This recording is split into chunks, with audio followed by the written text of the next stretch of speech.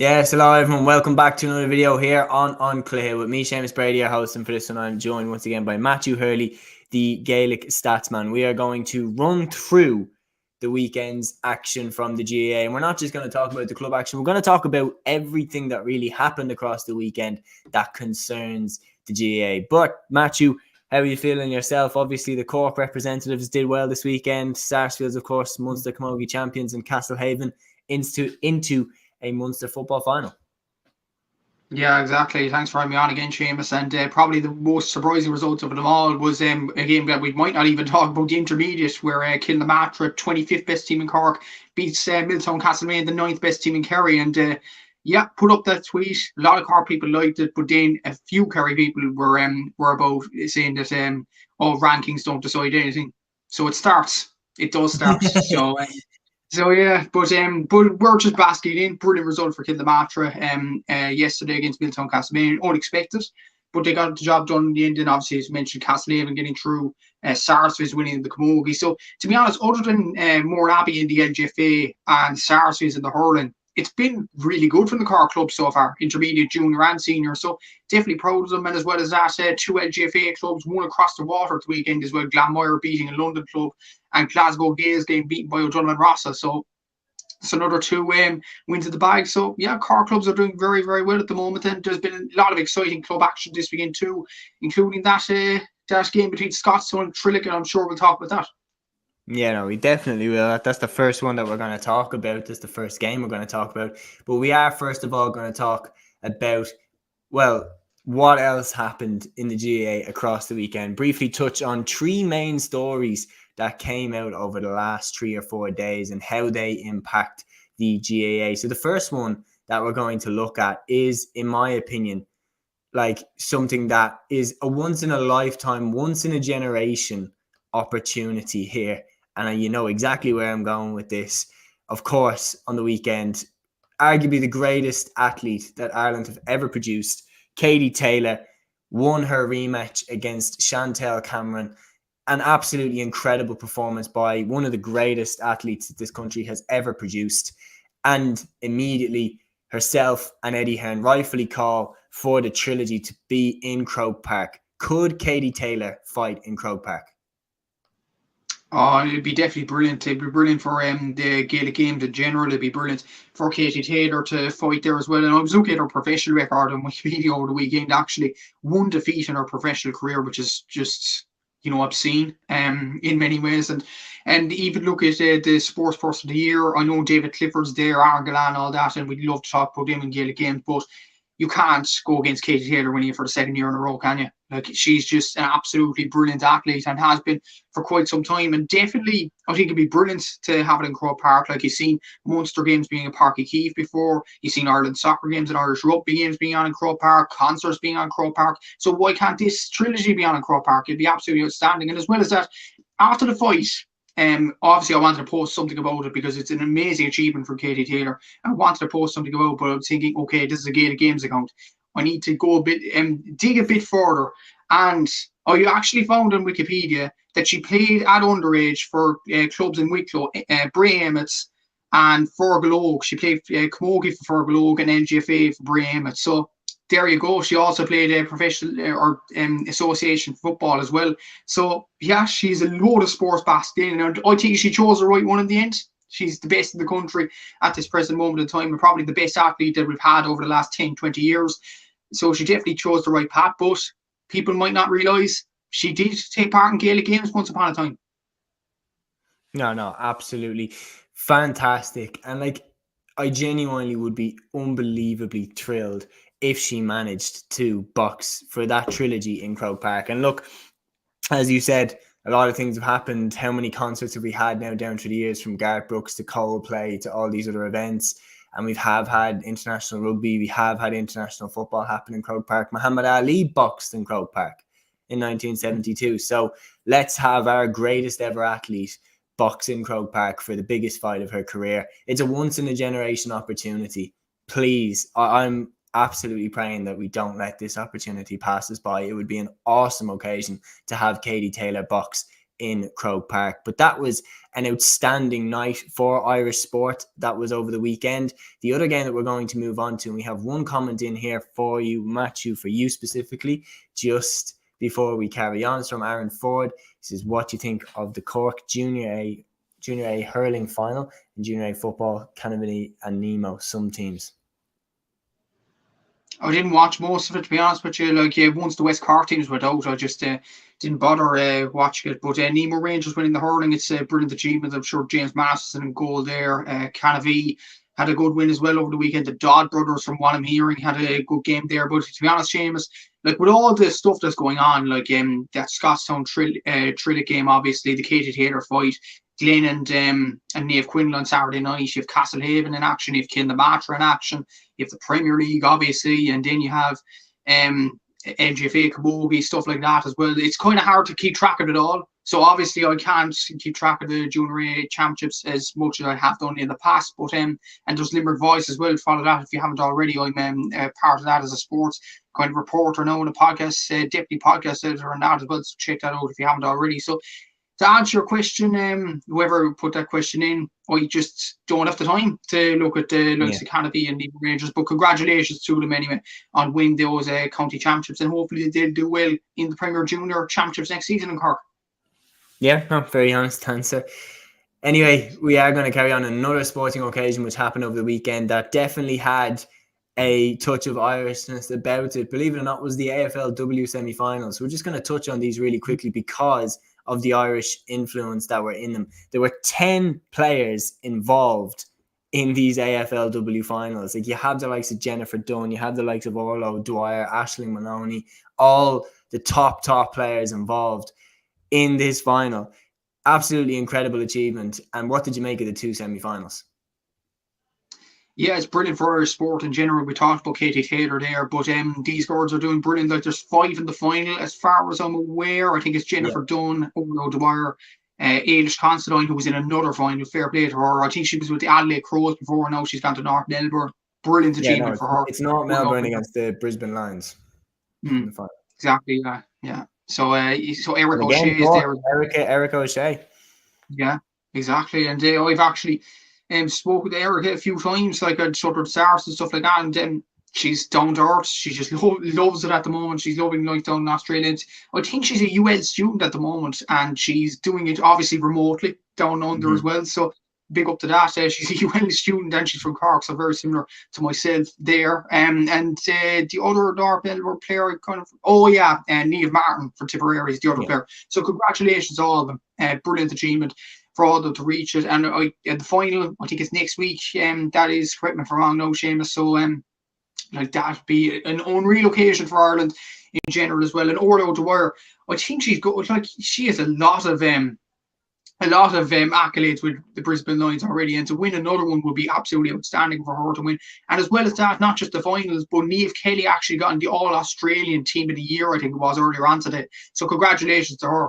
Brilliant achievement from her as well. So all of them are doing absolutely outstanding over there, and a lot of LGFA players are doing well in other sports too. Like Vicky Wall, for example, is now going to play for the Ireland rugby team, which is absolutely outstanding in its own right. I think Leah Tarpey, who was a former Laois LGFA player, is now with the Leinster team in the number 12 position. So that's another huge achievement. So the LGFA players, they're doing bigger and better things as well, and you just have to commend them for Saoirse Noonan, another one. She was part of probably the backup Irish squad to go into Australia for the World Cup as well in soccer. So they're going on to bigger and better things. We couldn't be any more proud of them. And these 5 girls, they definitely do the country proud next weekend too. Well, that's it. I mean, when you look at the players that are here, like Brisbane Lions, Orlo Dwyer, Jennifer Dunn, the Geelong Cats, Aisling Maloney, Anna Rose Kennedy, Rachel Cairns, North Melbourne, Erica O'Shea, Niamh Martin, Ailish Considine, and then the Gold Coast, you have, or the Geelong Cats, sorry, you have Yvonne Bonner and Niamh Kelly. Like, that's not just any players, that is the best players, and they are absolutely smashing it over there. And you think of the likes of the legacy that Cora Staunton has left. This seems to be the next chapter of it, and I'm very, very interested to see where it goes from here. But back in Ireland, back on these shores, we've obviously seen now a club's charter being released, and a lot of people like from Colin Parkinson to Kyle Coney that I just saw his tweet there. A lot of people are saying this has to be a wind up because it just seems ridiculous. Like, let's read through this now. Looks absolutely insane. This looks like a military camp. So the requirements needed before we sign up for 2024, anyone planning trips to Australia, America, Canada, etc. for the summer cannot be part of the senior panel for 2024. No holidays during championship from June to October unless approved by management and the leadership group. Unapproved holidays mean suspension or removal from the panel. No drinking during championship unless approved by management and the leadership group. Unapproved drinking means suspension or removal from the panel. Pre-Christmas individual running, conditioning program for a listed training panel, all needed to be logged on an app. January to March, collective running and strength and conditioning work, mandatory attendance and fitness test markers, pre, middle and end, logging of activity on the app for all other panel members on a consistent basis above 90%, commitment to treating League 2024 like championship in all aspects of prep, commitment by team to lead the team fundraising activity, 15k, and to players training fund thereafter. Commitment from Dublin Limerick lads to attend training once a week come January. No other sporting commitments past June. Soccer, golf, rugby, athletics, etc. Commitment to train at the highest levels all of the time. Commitment to achieving fitness and conditioning targets as set down by management. Well, straight away, I'm just going to say what I think here. I hope to God that that's a wind up. I think that's a wind up, but if it's not, I am worried for the game. Yeah, and you said it. You took the words out of my mouth there. And what I'm intrigued by, actually, look at this rule number 10. I mean, like, it's ridiculous in its own right not attending any further sports. Are we going back to the Stone Age where Billy Morgan, for example, couldn't play soccer because he has to concentrate on Gaelic football, or Liam Brady can't play? Exactly, yeah, Liam Brady. I remember his interview on the Late Late Show. He could have easily played Gaelic football, but he just wasn't allowed to because he had to concentrate on the soccer career. Are we going back to those days now? Like, it's incredible. It's really, really bad. It's really bad form for whoever put up this post. And we obviously, because of defamation and stuff like that going around, we can't probably name the club right now in this podcast. But once the club do officially come out, there'll be questions in, I'd imagine. But Rule 10 in particular, like no soccer, golf, rugby, athletics, etc. Does that include swimming as well, which actually builds up your muscles? I mean, it's well, if you go for a run, does that not count as athletics? Exactly. Yeah. Does I don't know. You could use many excuses now. Does even having the crack with your mates, does pool or darts not count now? You allowed play because they're sports. Exactly. Does farming not count? Because some farmers count that as a sport. The what was it? Oh, the ploughing. No ploughing. No Christmas swim. Yeah, we'll put that to one side. It's laughable, to be honest. But again, Matthew, like, for an amateur sport. Yeah. Like, don't get me wrong. Look, are the players free to make money off the platforms that they have? Yes, but like, they do not get paid to play these games, and to see that level of that's just ridiculous. It's like, you have to make this your life, and on top of that, whoever this comes out about, I hope you're good. I really hope you're good, because if you're the type of team that's going to get knocked out in the first round, that's humiliating. Talking about making promises for yourselves and then go out at the group stage. And even the rules around drinking and stuff like that. So players can't go to weddings now, even if it's a cousin or a relative or whatever. Yeah. Players can't enjoy themselves. There's more to life outside Gaelic games as well, and you realise that as well. Like, I know it myself. Like, I do stats on games and stuff like that. I couldn't do stats on one particular weekend because I had to go to a cousin's wedding. Do I regret that? No. It was a nice day out. It was a brilliant celebration, and players should have the right to do that. But this charter is ridiculous. It really is, Séamus. And as you said there, I am worried for the game if this keeps continuing. And it even goes back to the Stone Age and stuff like that. Like, I read Billy Morgan's book, and he was talking about why he couldn't play soccer back in the day for, I think it was Riverside Athletic or some club in Cork, or some club like Cork City. He couldn't play for that club because Naomh Rangers demanded him to play Gaelic football or get off the panel. That was in the 70s. Have we not moved on from that now? You know, it's really, really poor form. It really is. Like, even that's where the GA need to step in, and to be honest, that's where the GA need to step in and go, right, this is the minimum requirements in terms of the charter to take care of the players, but this is the maximum requirements you're allowed to make of your team. Like, there has to be some sort of, because you remember we were talking there, and we listed off all the girls that have gone playing down in Australia, like Jennifer Dunn, Yvonne Bonner, like Naomh McLaughlin's down there as well. Like, not even just, but genuinely like the best players that we have, a lot of them are down there. And you're wondering, like, when it came to the girls having to do the sit down protest last year, and then they're getting hammered on the other side, because we still don't know what that club is, about what they are and aren't allowed to do with their club team. And you're like, okay, well, down in Australia, they are getting paid for it. They get looked after a hell of a lot better. And then they get paid, and it's lovely weather and the whole lot. Like, it's no wonder that so many of them are going now. Yeah, exactly it. And a lot of people that I know have quit GA because it's just got too serious nowadays. Yeah, simply has. Just think about this for a minute, Séamus. Like, other than Junior B, the games got way too serious. Like, even in Junior A now, the games got like Junior A in Cork, for example, is the 6th tier of Cork football, and that's divisional teams in West Cork, North Cork, etc. But the games got way too serious now. There's there's dietitians, there's people saying stay the head away from chocolates, stay the head away from crisps and stuff like that. There's no enjoyment anymore. And that's just the sad thing about it. It really is. And I feel sorry for inter-county players if this is the attitude in this as well. Because inter-county players, that's the highest of the high. Players won't be able to enjoy themselves. And maybe you think about this and think that maybe Austin Gleeson or Sean Quigley, for example, who's quit for Mana as of today, and based it in the next year or so, while I'm on it, Sean. But like, they've quit the panel for next year for Waterford and for Mana, respectively. Why do you think is that? Because the game's got a bit too serious. They want a year to relax and deal with work commitments and stuff like that. Like, with this charter, it takes away any enjoyment. It takes away any social events. It takes away any work commitments, other activities as well. It's ridiculous. It probably epitomises where the game is going as well, Séamus. And I'm worried.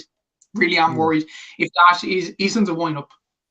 Yeah, no, and like, personally, I think it maybe is, but if it comes out that it's not, I think we do need to have a discussion about a maximum requirements that can be on the players, especially if they're not getting paid to give up their entire lives for this game. Look, the idea is absolutely incredible, but this whole idea of that you have to not touch alcohol, not touch sweets or food or certain food, or play other sports.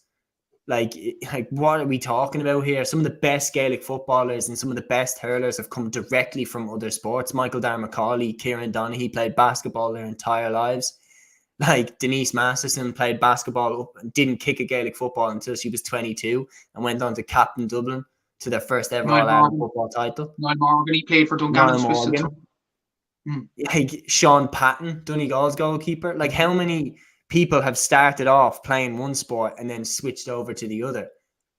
It's part of sports in Ireland, and it's part of the fact that Gaelic football is a sport that allows you to be quite good at other different sports. It's why Vicky Wall can go and play rugby. That's why all the girls and lads that are down in Australia can go down there and be competitive and be very good, because Gaelic football is a fantastic base for all these other sports.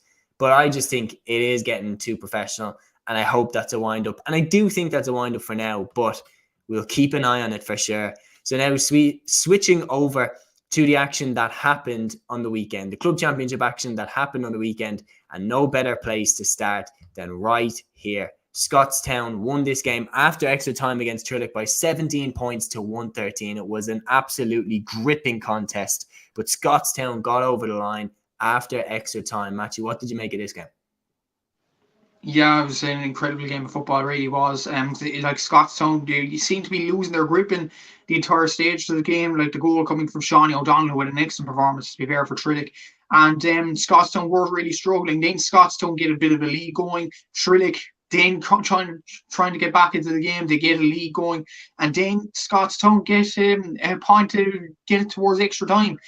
And then it was a ding-dong battle in extra time, wasn't it? It really, really was. Like Trillick never gave up, to be fair to them. Like a lot of people were saying that Tyrone football hasn't been as strong in previous seasons, but Trillick definitely challenged that statement in many ways by their performances in this championship. Like they beat Crossmaglen, which isn't an easy thing to do. And they got Scotstown to extra time. And even you look at Scotstown's players, like the more I look at Scotstown's team, I wonder how they haven't won an All-Ireland yet. I really don't. Like you look at Jack McCarron, Shane Carey, Kieran Hughes, Rory Began, Ryan O'Toole, Conor McCarthy. Like those are all inter-county players, and not just inter-county players, star inter-county players at that. Yeah. Like Conor McCarthy was Monaghan's best player this year. The Hughes brothers have been immaculate for Monaghan. Rory Began has been one of the best keepers in the country over the last few seasons. Shane Carey has been an ideal linchpin in the Monaghan team. Ryan O'Toole got that goal against Tyrone earlier on in the year, and he's in this team as well.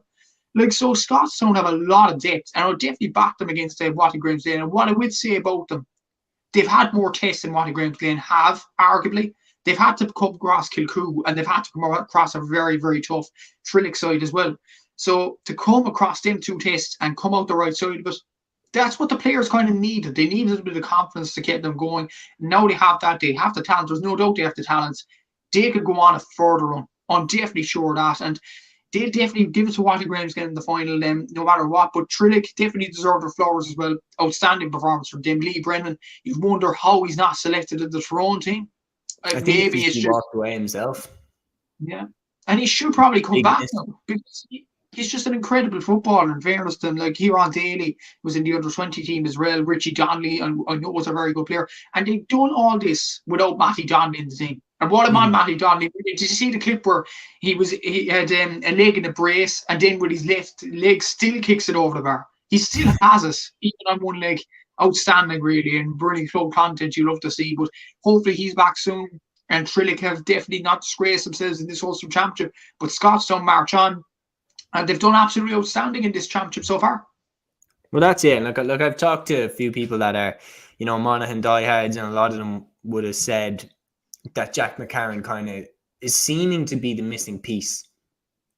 And McCarron's just now making them tick in the forward line. And the reality is one thing that they have shown. Like, let's be honest, they've shown a hell of a lot of experience in getting over the line. In the Kilcoo game, when the game was there to be won, Scotstown found a way to win it. In this game, Trillick were 1 point up going into the last dying seconds after Lee Brennan slotted over that 45. Conor McCarthy finds the equaliser, sends the game to extra time. Like, they've shown that they don't rattle under the pressure. And that's why people are considering them as All-Ireland champions and such a great team, because of the tenderness to get back into the game in so many instances. In fairness to Watty Grimsden, we'll get on to them later. They found a way at the weekend as well. So that what makes these Ulster finals so intriguing in many ways, because both sides have come through very, very tough tests. Watty Grimsden in the semi-final especially. So it definitely points towards a very, very good final. Like Conor McCarthy get that last point. Like, it just epitomises his year, doesn't it? Like, I think it was 212 or 213 from wing back from Monaghan. May I remind you, wing back from play? That's incredible. And he got a deserved All-Star this year, and fair play to him for that. He's a transformed player, really, isn't he? Since he's gone to wing back. I know he scored that hat-trick against Donegal during COVID in the league, and he did absolutely outstanding. Joe Roddy was complimenting him that day. But ever since he's gone to wing back now, it's just been a tactical masterclass of a move from Vinnie Corey, I think, who initially put him at wing back during the league campaign. So I think it's been brilliant for his career. It's been brilliant for Monaghan, and it's been brilliant for Monaghan and Scotstown as well, because it gives them an extra outlet as well. Not just kind of guy defend admirably and do all of that across the pitch. It adds kind of an extra forward there as well, in a way. So you have 7 forwards trying to vie for scores and everything like that. And Conor McCarthy's had an outstanding year in fairness to him. And Jack McCarron, I'll definitely echo your point there. He was transferred from another Monaghan club. I'm not sure off the top of my head which club it actually was. but he's done outstanding in this championship as well. I think he scored 4 points yesterday, 3 from frees. And he definitely looks to have the missing key piece in this Scotstown team. And they've done absolutely outstanding in this championship, in fairness to them, and on the march. That's it, yeah, into the Ulster football final, where they will come up against Watty Graham's Glen. So, in blistering conditions on Saturday night, with the final kick of the game, Emmett Bradley slots over the winner for Glen. They beat Naomh Conaill by 10 points to a goal and 6. An absolute arm wrestle of a contest, but Glen got over the line. What did you make of this one? I actually enjoyed this game. I watched, this was the only game I actually watched in full over the weekend, over the minor games and stuff like that over the weekend just gone. And I was actually intrigued by this. I know a lot of people didn't like the style of play and stuff like that, but what I liked about both teams, once they got the ball from defence, they broke quickly. Naomh Conaill especially were absolutely outstanding at it. But in fairness, like, they got a few wides at the start. Kieran Thompson's taking most of their shots. And what I want Kieran Thompson, he probably epitomised in this game what a good player he is. Like that last point he got, outstanding technique, I have to say. And one of the points he got in the first half was absolutely brilliant as well. Watty Graham's Glen obviously showed a lot of desire to get back into the game. Stevie O'Hara got one of the points. I think it was 5 points in the last few minutes. I think Stevie O'Hara got a point, Kieran Thompson got another one, and it was end to end really until Emmett Bradley hit that last minute point. And what a man to get that score in fairness to Conor Mulholland. Had another good game as well. Joey McDermott, like 2 of their subs actually got on the scoreboard Watty Graham's Glen, and it probably just shows their depth in the panel to get players to come onto the pitch and get scores when they needed them. But the penalty, it probably was a penalty. It was a smart move by Naomh Conaill actually to put John O'Malley took the penalty. It was AJ Gallagher that went into the square. Smart move, bold move, and from full back. He probably has never played there in his life. But, you know, he went in there, he caused a lot of havoc to the Watty Graham's Glen defence. They got the penalty, John O'Malley stuck it away, and you were thinking then, could the shot be on? And a lot of people kind of disrespected Naomh Conaill because of how Donegal champions have done poorly over the last few years. But they also get started the game, the quality they had, the experience they had. Anthony Thompson, centre back, like an All-Ireland champion. Like, that's amazing to have. Leo McClune as well in midfield, another All-Ireland champion. And I actually see Jimmy McGuinness go around the Naomh Conaill team at the end of the game as well. I'm not sure, did you see that on the clips in RT? So, you know, if he was involved as well, that's some coup to get him involved. But he's having a word with Kieran Thompson. Possibly, yeah. Or maybe Leo McClune or Anthony Thompson come back into the panel. We need you. Maybe. Possibly. Yeah, so McClune definitely. I like it. McClune. I know Thompson is a bit further along, but I feel like McClune maybe. I feel like Anthony Thompson is kind of winding down. Maybe, you never know. Like, I mean, Cluxton came back, but I think it's an outstanding victory for Glen. Like, this game was definitely a tricky one, and like the reality is, Carrigan beat Naomh Conaill last year, which didn't look great for them. But when you see how close Carrigan pushed Glen this year, all of a sudden kind of adds up, right? Like that these games could be tight. But like going into that final now, Glen, Scotstown, first take when we're still as far away as we are, speaking on the 27th of November, who are you backing from the outset for that game? It's probably the provincial final that is so difficult to call. Yeah. It really is. Like, this is basically, I would say, out of my rankings out of the top 8 club teams at the moment, I would rank Glen as number 2 and Scotstown as number 3. That's how close this game is. It really is a close game. It's a tough one. I do honestly agree with you. I think it's like, I would probably say Glen are more likely to beat Kilmacud. Yeah. But I think in a once-off game like this, Scotstown might have their number. It's really difficult to call. I genuinely, I'm going to go Glen just because I've gone Glen from the get-go. But Scotstown have emerged as like a, whoa, where were these? Like, where were these all this time? Where were they last year? How did Ballybay get out? Yeah. Exactly. That's what everybody's probably thinking at this stage. Like, Ballybay were in a relegation playoff as well, which makes it even more extraordinary in its own right. It's a really tough one to call. The thing is, though, I backed Watty Graham's Glen from the offset to win the All Irelands. It really is a difficult one. I would say right now Watty Graham's Glen, But I think I'd agree with you. The Scotstown on a one-off game could take and could be their number, definitely. Yeah, well, it'll be very, very interesting to see how it develops. We'll go from the north then down to the south. Sorry, and we'll start off with this one, which was Dingle 13 points, Clonmel Commercials 10 points. So the Gainies led the way for Dingle in this game at crucial stages. Paul Gainey hit 2 points, Conor Gainey hit 2 points, Dylan Gainey was the more crucial one. He hit 5 points. So that's, 9 points out of Dingle's 13. It's very clear who they rely on to get over the line. Clonmel Commercials fought with them all the way, but Dingle just had that extra bit in the tank. Summarised by the fact that when Jack Kennedy landed a brilliant point to narrow the gap to 1 point with a couple of minutes left, Dingle got their 2 points to push them 3 points ahead from Tom O'Sullivan and Paul Gainey, and that sealed the victory. Yeah, exactly. And a really, really good victory from Dingle in this one. And it could have been a banana skin easily, like Clonmel Commercials in Semple Stadium. It was always going to be a tough task for them. And it was interesting to see how Dingle would react after the Big Kerry kind of massacre in its own right. Like, they lost by 10 points. That was a huge, huge defeat to take. And we all know Dingle have quality, like not just the Gainies. Barry Dan O'Sullivan's a brilliant player. Tom Leo O'Sullivan and his namesake Tom O'Sullivan, of course, the Kerry senior great. You have Niall Gainey of wing back. And Mark O'Connor was missing for this game as well. So once he's back for the Munster final, like, that'd be massive to get for Dingle if he is to play in that Munster final, of course. But Dylan Gainey, I've been saying it for a while now, he's an outstanding player. Should he be on the Jack O'Connor's panel next year? Possibly. Like, he's a very, very good player, very agile, very, very strong in attack.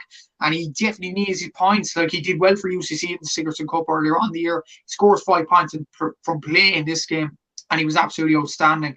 You have Conor Gainey there. Paul Gainey went to centre forward for this game and did brilliant fairness to. So, yeah, I think it was a brilliant result for Dingle, and it would definitely give them confidence going to the final against Castlehaven. So, yeah, brilliant win for Dingle. For Clonmel, though, it wasn't as bad as last year's defeat to Newcastle West, because like this was always going to be a nip and tuck game. Like, they were expected to win last year, they didn't. This year, it was a nip and tuck game. It was either one to call, and Dingle won out in the end, and a brilliant result in this game for Dingle. And it would give them confidence, because after the Big Kerry game, the confidence of them would have been shattered.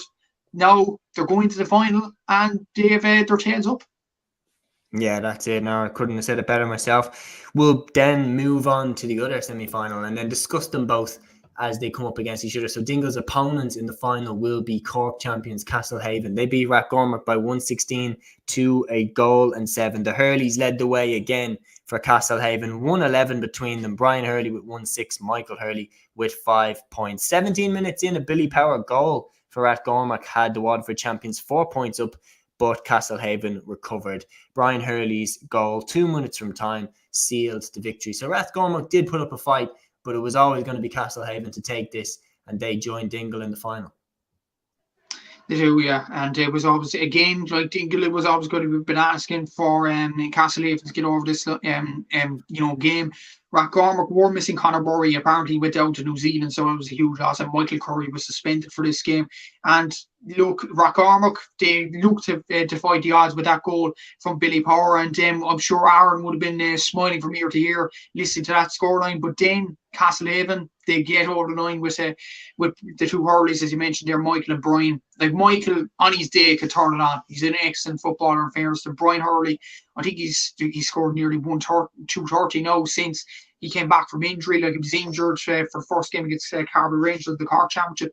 Came back for the second half of the game against Valley Rovers, and he's been ever present ever since. He got a goal against Clonakilty, and he got another goal in this game. It was a well taken goal. And it was a brilliant stage to get it to, because Castlehaven were on the ropes to an extent with Rathgormack, chomping at the bit. But Castlehaven, to get over the line, Cathal Maguire got another point as well. Jack Callahan, brilliant. Mark Collins, Sean Brown, another youngster in this team. So they're into the final now. It's going to be a difficult game against Dingle, but Castlehaven, they've done what they've been asked to do. They beat Cracklow, they beat Rathgormack. Fair play to them. And 1 point to say, Aaron Prendergast, you were absolutely wrong. Okay. Sure, as well. Big shout out to Aaron. You are going on his podcast immediately after as well. So I'm sure I'll be tuning into that anyway for when you get to that stage for the Castlehaven Rathgormack match review. Anyway, we're going to switch from the big ball to the small ball in just a second. I'm going to ask you really quickly, Castlehaven or Dingle? Dingle for me. I think they have stronger players all over the pitch, and especially if Mark O'Connor is going to be back for that game, I think Dingle should have enough. With Castlehaven, like they've doubted me before, so Yeah. They might do it again. They might do it again. But Dingle, for me, I think they have brilliant players all over the pitch. Paul Gainey will be a brilliant player for them. Dylan as well. So I'm backing Dingle to win it. Yeah, I think it'll be razor tight, but I think Dingle will win. I did say Dingle at the start. I doubted them a lot after seeing the Mid-Kerry defeat. I really thought, wow, I didn't think that they'd get beaten like that. But they seem to have bounced back pretty well. So I'll probably lean towards Dingle just about. I think it'll be razor close though. And we, of course, full preview as we get closer and closer to that game here. Now we have one comment in from Hurling1234. He said, lads, what you make of the Limerick player incident? Should he be dropped considering Pat Ryan was axed last year? Again, it's a tricky situation, to be completely honest. I don't know enough about it to comment on it. That's just being 100% honest. Obviously, I think he's referencing the incident there with a certain wing back. But yeah, no, personally, look, I don't know enough about it. So I'm going to move swiftly on anyway to the small ball. Going to go to hurling now. We're going to look at what I thought stood out as being the hurling fixture of the weekend to look out for, to see if the team for the future could beat the team for the present. But it wasn't to be. O'Loughlin Gaels successfully squashed the threat of Kilcormac in this game, beating them by 17 points to 12. So in this game, O'Loughlin Gaels, in my opinion, showed their experience in this game. They really, really dominated in the first half, and that did the trick against Kilcormac. They came back a bit stronger in the second half, but at halftime, O'Loughlin Gaels led by 10 points to 3. And the reality is, you're not going to come back from that. No, and that's exactly what it was. And O'Loughlin Gaels definitely showed their colours in this game, and which could have been two shock surprise results that could have been against Mount Leinster Rangers and Kilcormac. They've gone past both of them. And Ballyhale, obviously, they beat them in the Kilkenny final, let's not forget. So they've had a brilliant run to the Leinster final, and fair play to O'Loughlin Gaels for getting over the line this one. Mark Bourbon had a good game. Conor here, he got the man of the match for TG Carr at the end of it. And he had an excellent game as well. I know he only scored 1 point, but worked tirelessly across the game. Owen Wall had another good game under his bench, Sean Bulger. And Kilcormac, they couldn't really get near them, could they? 5 points from play probably isn't good enough to get over the line in Leinster Championship semi-final. And Adam Screeney was kept quiet, and we did question it during the week. Was Adam Screeney going to be kept quiet by the likes of Mikey Butler, Hugh Lawler, Paddy Deegan? And it proved that way. Like, he's a brilliant hurler, but he probably just needs more support around him to work well. And to have them 3 defenders at your disposal for a O'Loughlin Gaels point of view, Paddy Deegan, Mikey Butler, Hugh Lawler, that's nearly 3 all-star backs in one club team. It's incredible in his own right. And I'd have to say, like, O'Loughlin Gaels look to be, like, they've come across 2 difficult tests. They've beaten Ballyhale Shamrocks. They've definitely backed up the surprising results themselves. And you backed them really to get to an all-Ireland final. I know the Fianna are there on the other side from Dublin, probably chomping at the bit. But O'Loughlin Gaels, they've done well so far. A lot of people kind of were disappointed with their performance, but this was a potential shock in the cards, and they quashed that shock, them shock rumours completely in this game. And to win by 5 points, it was kind of a comprehensive kind of a win for the Kilkenny champions. Yeah, no, I do agree with you. And when you look at the comment in there, like, Screeney got 1 possession in the whole game. Like, going into this game, I did think, like, Mikey Butler is just a bad matchup for Adam Screeney. He's just a tigerish, tough defender who will follow you across every blade of the pitch and will not give you a second to get away from him. So I thought, like, that's a tough matchup for Adam Screeney. And the reality is he didn't score from play. So that does tell you, like, Charlie Mitchell was fantastic. He hit 3 points. I just think this game came too soon for Kilcormac. Just being honest. I don't think anyone had a bad performance. I wouldn't point the finger at anyone and say you didn't turn up. I just think that they're a little bit ahead of themselves. Like, they had 5 under-20 hurlers on this team. It's a seriously young team. And not only they have 5 there, but they are the 5 key players pretty much. So, like this game just came a bit too soon. And the comment in here from Hurling One True, Butler is a tank. He's like a mini bodybuilder. I mean, there you go. You wouldn't want to be marked by him, especially when you add to the fact that he is also quick as hell and smart and can keep up with you. It's a bad matchup for any corner forward. And Butler is fantastic at what he does. And he did it again here. And O'Loughlin Gaels did the business at the other end of the field, put away the scores, get the victory. Now they're into the Leinster hurling final against Na Fianna, who will be there for the first time ever. That game happens next Saturday. Na Fianna against O'Loughlin Gaels. Obviously, preview coming for that during the week. But Na Fianna got there by beating Naas by 214 to 17 points. 2 early second half goals from Na Fianna from Kieran Stacey and AJ Murphy did the trick. And now they're just 1 game away from winning their first ever Leinster title in the same year that they won the first ever Dublin title. Not bad going. And without Donald Burke as well. Yeah. It's, he's really, really good for Na Fianna, in fairness to them. And a lot of people have kind of criticised the Dublin Championship with the quality of hurling teams that they've produced over the last year or so, and the last 3 or 4 years. But when you look at the last 2 seasons, Na Fianna have excelled without Donald Burke and the team. That's their star man. Kilmacud could have easily beaten Ballyhale last year. They could have. And Kilmacud, let's not forget, were beaten by Na Fianna in the Dublin quarterfinals. So, like, Na Fianna will go into the final. They'll be really, really confident. Colin Curry had another good game. Sean Curry, like, if he hits form, he's a very, very tough player to stop. Brian Ryan as well. Andrew Jameson Murphy, as you mentioned there. Kieran Stacey with the goals. Brilliant win for Na Fianna in this game. And Liam Roche is another outstanding player to defence as well. And this could have been a shot game as well. Like, Naas, they nearly did it against Ballyhale last year. They produced a brilliant performance. And they lost to Na Fianna now this year, and they'll be kicking themselves, in all honesty, because they only lost by a goal. It was a 1-score game. They just couldn't hit the back of the net at the right time, and that was just unfortunate from a Naas point of view. I will ask you this question, Séamus. Do you have any idea when Donald Burke is coming back? Is he back for next Saturday? I've honestly no idea. I've seen him kind of moving around. He was there. He's with the team in the Dublin final. Like, he's walking. He's on his 2 feet. He's not on the crutches. He's not in the boot or anything like that. But I wouldn't know how fit he is. Maybe it's a type of thing where he could just, get an injury, or could be easily re-kicked off if he got a shoulder or something like that. I hope he plays. I really, really hope he plays. He's an outstanding hurler, and I think Dublin's best hurler, as a matter of fact, along with Owen O'Donnell. I would say those 2 are the best. But we have a question here directly for you. He said, Brian Ryan has 2 All-Ireland medals with Limerick. Is that correct? I honestly don't know.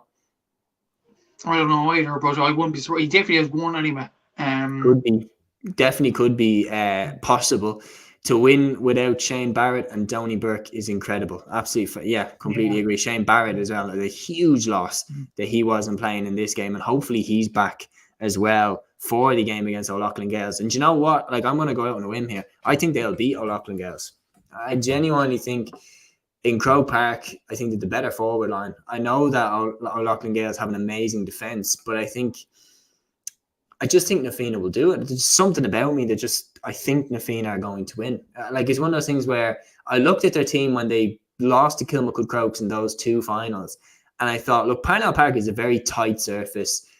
They should have won. Definitely should have won the 2021 final. Kilmacud caught them right at the death. And I thought, you know what? I think Na Fianna were better equipped to go on and challenge a Ballyhale rather than Kilmacud Crokes. And when Na Fianna got out of the Dublin Championship and when Ballyhale were taken out in Kilkenny, I kind of immediately thought, well, Na Fianna can win Leinster here, because I think their style, their players, AJ Murphy, like the Curry brothers, Shane Barrett, John Tierney, Brian Ryan, I'm like, they suit a big open pitch, particularly pacey players like AJ Murphy, like Sean Curry. I'm like, I think Croke Park will suit them. I think they'll give this a right good rattle. And I actually think that the momentum that they're carrying from finally winning the first ever Dublin title might carry them all the way to the All-Ireland semi-final stage. I'd be very interested to hear. Do you think they can do it? Look at the players that they're the betting underdogs. They are, yeah. Like, it does depend. Like, I think it largely depends on Donald Burke and Shane Barrett. If they come back into the league, I'd give them a huge chance, causing the shock. I just feel O'Loughlin Gaels, like, I've doubted them time and time again, and they've produced all the goods. Like Mount Leinster Rangers, that could have been a sticky situation for them. They got over the line there. Kilmaccormack Cologne could have been another shock in the semi-final. They got out of line. Ballyhale Shamrocks in the Kilkenny final. A lot of people doubted them, including myself and a lot of people up and down the country, probably yourself as well. They won that game. Like, it feels like every time you disrespect in many ways O'Loughlin Gaels, they come up with the goods each and every time. And I just feel that could be the difference. That doggedness, as you mentioned, with Mikey Butler, with Paddy Deegan, with Hugh Lawler, with Mark Burban in the forwards as well, is a very good player. Owen Wall could easily get a goal in Croke Park. He's that kind of an explosive player. So I'm going to back O'Loughlin Gaels, but I will say this. If Donald Burke comes back into the team on Saturday, I'd back Na Fianna to win it. But it all depends.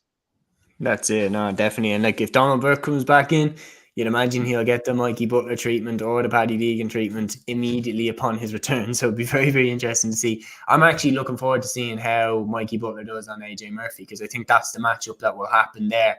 I think that will show how good AJ Murphy can be for Dublin if he does very well with Mikey Butler marking him. So it's going to be very, very, very interesting to see. Now, we're going to finish off by touching on the final, which happened over the weekend. And of course, you were a very, very proud Corkman watching this game.